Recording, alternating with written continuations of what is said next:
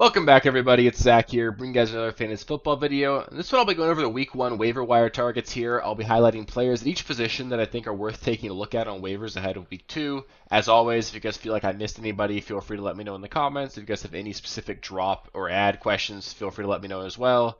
Specific fab questions as well. I try to refrain from giving fab instructions on these just because it's super league dependent, super league size dependent, roster dependent, so I don't feel like it's very genuine to put like 20% fab next to players or 40% fab next to players because it's all going to be dependent on your roster and your league. So I don't really like it when people try and provide that just like sort of blanket statement. You've got to understand how it applies to your league and all that. So I won't really do that. But just remember, a lot of things are going to change over the course of the season here. If you guys had a really rough week 1, or even if you had a really great week 1, it's still important to make sure our rosters get better over the course of the season. Waiver wire ads are going to be a big part of doing that, and it's important to make sure we take advantage of these because especially early on in the season, we learn a lot. It's going to give us the most opportunity here to really build our rosters up here. So stay tuned here. Hopefully you guys like what I have to say here, and if you guys have any questions, just feel free to let me know. So yeah, with that, let's get into the quarterbacks. Starting things off with the quarterback position, I know a lot of you guys maybe lost Jordan Love this week. You probably feel like you need to grab a quarterback here on waivers, and I think there are actually a couple pretty good options here. I'll start things off with Jaden Daniels, probably rostered, but he looked awesome, at least for fantasy here. Not a very good passer, but did rush for almost 100 yards, and he does play the Giants in week 2, who were absolutely atrocious. They just let Sam Darnold look like our elite quarterback this last week, and Jaden Daniels is going to be a negative game scripts all season. He's going to be a guy that you can probably just trust in your starting lineup every single week, to be honest, and if he's not rostered already, I'd be willing to dump a decent amount of fab on him just to get him onto your roster. Even if you have another quarterback, don't let anybody else get him for free. He needs to be rostered and should be highly sought after.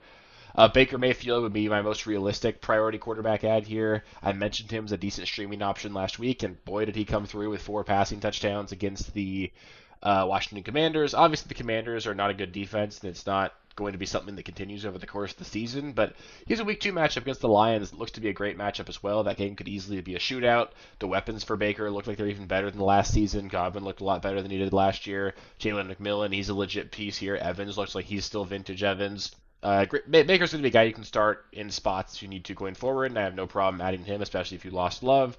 Then Justin Fields. Obviously, we don't know for sure if he's going to be the starter in week 2, but if you want to break glass and just pick him up onto your roster, could start week 2 against Denver if Russ is still out with an injury, and if he's continuing to run the ball, if he manages to find the end zone, he'll certainly be fantasy viable with how much upside he offers on the ground. Next, at the running back position here, I will start things off with Jordan Mason, who's going to be a clear top 5 back as long as Christian McCaffrey is out. It sounds likely that McCaffrey's going to miss week 2 against the Vikings, so Jordan Mason's going to be a top 10 play at the running back position next week. Obviously looked fantastic this last week, had 150 rushing yards. I think it's reasonable to assume the Niners would be just smart to give him touches even when McCaffrey comes back. I think Mason's going to be a guy that you could use even with McCaffrey healthy, and if McCaffrey goes down, Mason's going to be an absolute stud. So Mason's got to be a significant fab dump, and if you have McCaffrey and he's somehow out there, make sure you go spend up to get him. J.K. Dobbins looks like he's the clear running back 1 in Los Angeles right now. Looked great, 10 carries for 135 yards and a touchdown. This offense doesn't look fantastic necessarily in general, but Dobbins, if he's healthy, could easily be the lead back here. And hopefully, I'm happy. I'm happy for him. I hope it stays there. I hope he stays healthy. And if it does, I think Dobbins could be a solid RB2 going forward.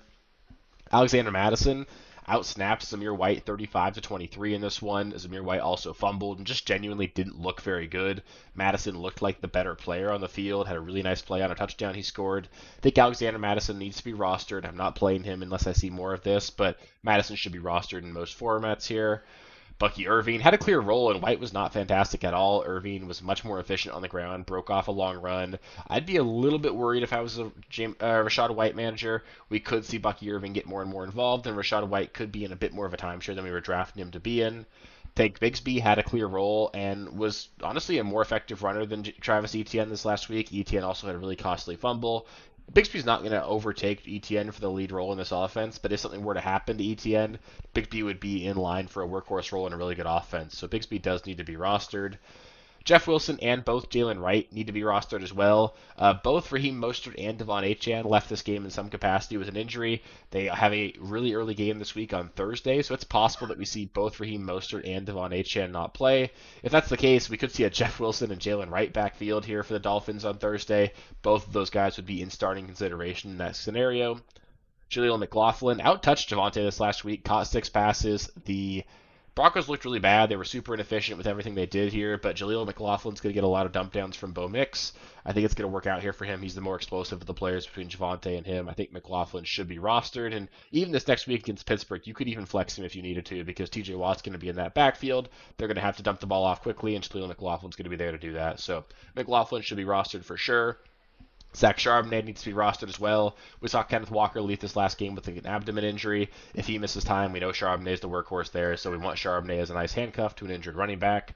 Justice Hill had a clear pass catching role for the Ravens. He actually outsnapped Derrick Henry. When they're in negative game scripts, when they're in a hurry up situation, we're going to see Justice Hill on the field. He could be more involved than people were expecting, especially with how bad this offensive line is. They might have to dump the ball down a little bit more than we were expecting.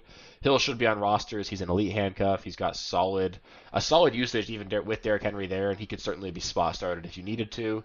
And then Ty Chandler was involved. Aaron Jones looked fantastic, so Chandler's not a guy we're starting unless we see Aaron Jones go down to an injury. But the Vikings offense looked better than we were expecting. Aaron Jones looked great. This offensive line was pretty solid. If Ty Chandler ends up getting more touches over the course of the year, or if Aaron Jones goes down, Chandler's certainly worth rostering. At wide receiver, Rashid Shaheed, he's a great flex play going forward, had a monster touchdown this last week. He's rostered in 54% of leagues right now, so he's probably already rostered, but if he's not, I do think he needs to be on most rosters, or on rostered in most leagues going forward. Brandon Cooks, we saw Jake Ferguson go down with an injury, and Brandon Cooks scored again. This is going to be a really good offense in Dallas. If Brandon Cooks is the clear number 2 target here with Jake Ferguson going down, Brandon Cooks should return value. He should be a guy that needs to be rostered, and he can certainly be used as a flex going forward.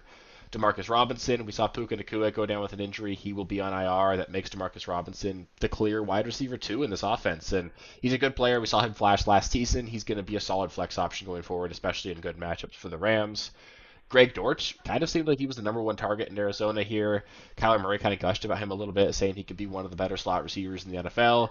He's a talented player. He gets it done when he's given the opportunities, and I think that there's the possibility that he just stays in the slot even when Zay Jones comes back in Week 5, and they just sort of move Michael Wilson off the field if Zay Jones ends up overtaking that role. So Dortch, he's not going to be the number 1 target in this offense. It will be Harrison.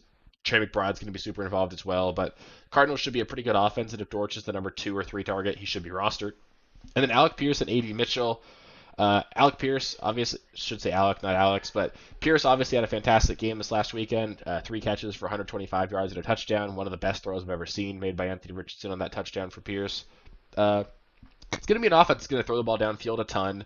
There's going to be a lot of weekly value and variance in this offense, so I don't know exactly how it's going to pan out every single week, but there's going to be value there. There's going to be explosive plays, and if you just want a little bit of a juice on your lineup, A.D. Mitchell could have had 2 huge touchdowns. Alec Pierce did have 2 huge plays. Both these guys should probably be on rosters just to see what happens going forward with Anthony Richardson. Moving on to the tight end position here, we've got 3 guys I'll talk about, starting things off with Isaiah Likely, who obviously blew up this last week on Thursday Night Football, had the game of his career so far. He's a really good player. He needs to be rostered for sure. I don't know. He probably had the best game of his season in Week 1. I do think Mark Andrews will be more involved going forward. I can't even confidently say that Likely is going to be the tight end 1 on that offense here, but he needs to be rostered if you're hurting at tight end. I know a lot of us lost Jake Ferguson, David Njoku, were panicked about Mark Andrews.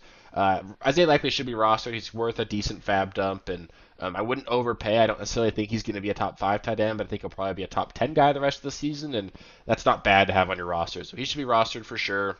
Tucker Kraft was the clear tight end 1 over Luke Musgrave in Green Bay.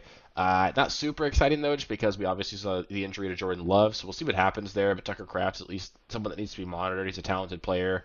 I like the offense, at least when Jordan Love's back, so keep an eye on him. Then Colby Parkinson caught 4 passes yesterday.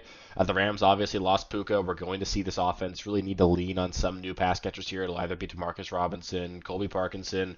Guys are going to have to step up. Parkinson's got a shot here. They gave him a lot of money in the offseason. Parkinson's worth a dart throw if you want to take a chance at somebody there. And finally, we've just got some defenses I'll highlight. I'll start things off with the Los Angeles Chargers. They play the Panthers in Week 2. I think we're going to be targeting the Panthers every single week here. The Panthers are probably the worst team in the NFL. We just saw the Saints just hang 47 points on them, and it wasn't necessarily because the Saints are a great team. The Chargers had a good outing in Week 1. They'll win again in Week 2. The Panthers are definitely someone we want to target. The Seahawks looked pretty good on defenses last week and actually get another really good matchup against New England. I know New England won last week, but I'm still not a believer in that Patriots offense. I think the Seahawks should be a solid option for us if you need them here. Then the Steelers, if they're somehow available, the Broncos are their opponent in Week 2. I know maybe some people were afraid of the Falcons matchup in Week 1. If the Steelers defense is unrostered, they need to be picked up here. They're going to be a really great option the rest of the season, and Week 2 is no exception here. So that'll do it for the week 1 waiver wire video. Up next, I'll be going over some trade targets. I'll go over players that I think we should be looking to buy low and sell high on. So stay tuned for that. That's my favorite video to make every single week. I love trading. It's one of my favorite ways to improve my rosters every season. I generally take that shotgun approach with trades and just make a bunch of them. One of the more active players in all my leagues, and I find that it's a lot of fun, a lot of great opportunity to make your team better and all that. So stay tuned for that one. That one's going to be a blast. So yeah, make sure you don't miss everything just by making sure you subscribe to the channel. There will be 5 videos a week, every single week, the entire season. That way I can be here all year long to help you guys win some championships. Beyond that, if you have subscribed already, please do give the video a thumbs up. It helps me out a lot. It helps me know that I'm doing a good job, and just really helps me know that you guys appreciate the effort I'm putting in here. So yeah, appreciate you guys, and I'll catch you with the next one. Peace. Thank you guys for watching. If you haven't already, please be sure to subscribe to the channel, like the video, check out these other videos here if you haven't. If you want more content, please feel free to follow me on Twitter at RealSteelFFB. I'll be more active on there as the season goes on. Thanks. Catch you later.